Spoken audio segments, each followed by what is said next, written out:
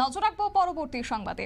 শেখ হাসিনার অনলাইন ভাষণ বন্ধ করতে মামলা করা হয়েছে এবং সেই সঙ্গে আরো যে বিষয়, ঢাকার আন্তর্জাতিক ট্রাইব্যুনালে রাষ্ট্রদ্রোহিতার মামলা নাকি করা হয়েছে, যদিও বাংলাদেশের সিআইডি এই মামলা করেছে।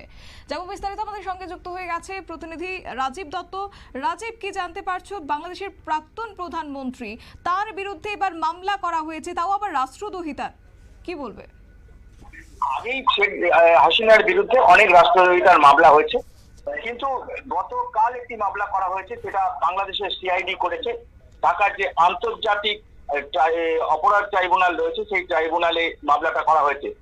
মূলত অভিযোগ যে ভারতবর্ষে বসে শেখ হাসিনা অনলাইনে ভাষণ দিচ্ছেন এবং এই অনলাইনে ভাষণ দিয়ে তিনি যেটা যে বিভিন্ন রকম উস্কানিমূলক অভিযোগটা যেটা করা হয়েছে, বিভিন্ন রকম উস্কানিমূলক বক্তব্য তিনি রাখছেন এবং সেই পরিপ্রেক্ষিতে এই মামলাটা হয়েছে।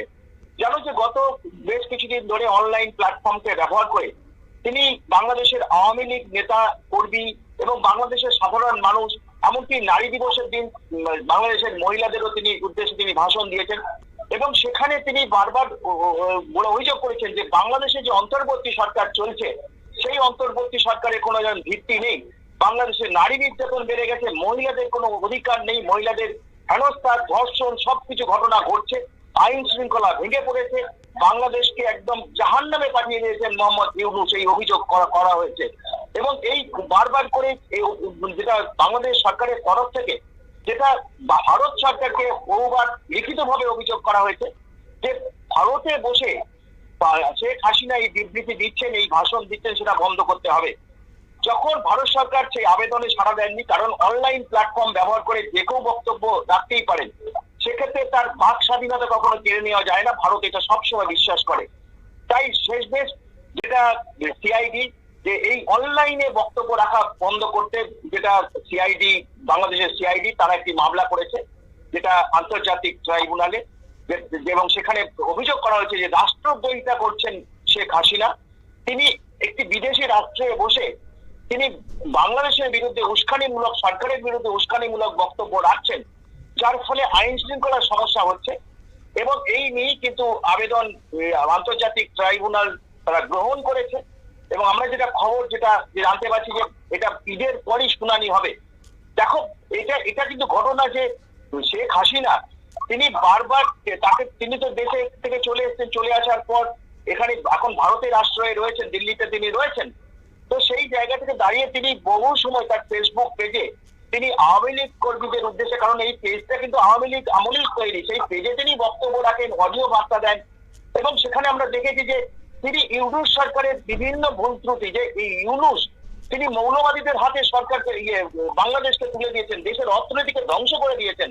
অর্থাৎ এই বিষয়গুলোই কিন্তু বন্ধ করার জন্য, যাতে ভবিষ্যতে যাতে আর এইরকম বক্তব্য না রাখতে পারেন, সেই কারণেই কিন্তু আন্তর্জাতিক ট্রাইব্যুনাল মামলা করা হয়েছে। কিন্তু যে প্রশ্ন উঠছে যে একটা দেশ থেকে তিনি তো ওই দেশে নেই, তিনি ভারতে আছেন, তাহলে ওই মামলা ওখানে উঠে এটা কি অনলাইন প্ল্যাটফর্মে কি এটা বন্ধ করা যাবে? আমি জানি না এরকম বাংলাদেশের আইন এরকম হতে পারে আছে কিনা, তবে এটা বন্ধ, অনেকেই বলছেন না বন্ধ সম্ভব নয়, কারণ বাক স্বাধীনতা আছে।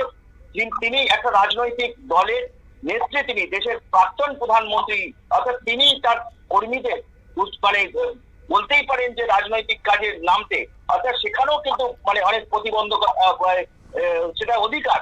অর্থাৎ সেই জায়গায় দাঁড়িয়ে ইউনূস সরকার যে অভিযোগটা উঠছে, যে ইউনূস সরকার বাক স্বাধীনতাতেও কিন্তু হস্তক্ষেপ করে, যেমন আওয়ামী লীগকে নিষিদ্ধ করার একটা পথে চলে দিকে যাচ্ছিল, যে যেমন ছাত্রলীগকে নিষিদ্ধ করা হয়েছে, কোথাও যেন আওয়ামী লীগের নেতা নেত্রীদের মুখ বন্ধ করার জন্য ইউনূস সরকার উঠে পড়ে লেগেছে। তারই অঙ্গস্বরূপ হচ্ছে এই সিআইডি কে দিয়ে আন্তর্জাতিক ট্রাইব্যুনালে রাষ্ট্রদ্রোহিতার মামলা করানো হয়েছে। অঙ্কিতা, ধন্যবাদ।